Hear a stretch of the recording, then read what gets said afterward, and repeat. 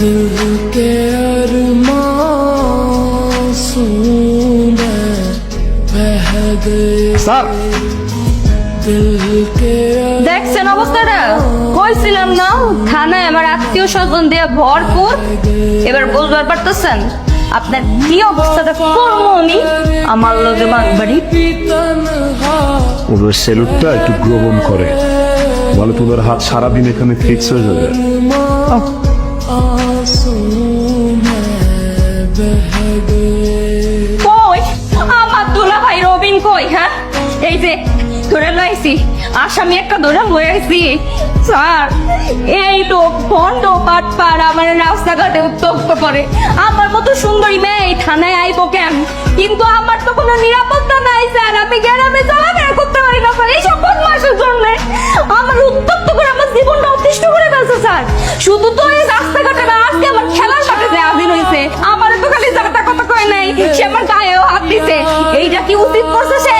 তারে আপনি জেলে ঢুকান, তারে আপনি শাস্তি দিবেন আর এমন কেলানি কেলাইবেন যে জিন্দেগিতে কোনো মায়ের দিকে তাকানোর সাহস না করে। কি আমাদের এলাকায় গুন্ডামি গুন্ডামি ছুটাই দেবো না, যার নামে ঠান্ডা করে দেবো। কই আসামি কই? এইটা এইটা এইটা এইটা এটি আসামি? उसको सीने ইনি তো স্যার। এটা স্যার? আপনার কি মাথাটা গেছে নাকি? এই লোকটা দেখে কোন দিক দিয়ে আপনার স্যার মনে হয়? এই লোকটা দেখতে একটু সুন্দর আছে মানলাম, পড়ছে অফিসারের মতো শার্ট প্যান্ট, তাই স্যার কই কথা আপনি? আপনার কি মাথায় গিলু বলতে কিছু নাই? আর একটা অফিসার হইতে গেলে তো তার মাথায় গিলু থাকা লাগে, বিদ্যা বলতে কিছু থাকা লাগে। এইটার মধ্যে তো লুচ্চার বাটপাড়ি ছাড়া কিচ্ছু নাই, কিচ্ছু না। এটা বদমাস বেটা।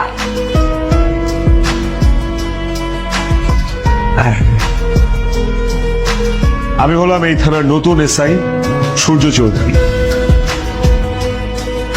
প্লিজ বসেন, বসে আপনার যত কমপ্লেন আছে সবগুলো বল। আমরা কিন্তু একদম কঠোর অ্যাকশন নিব, তাই না? জি স্যার।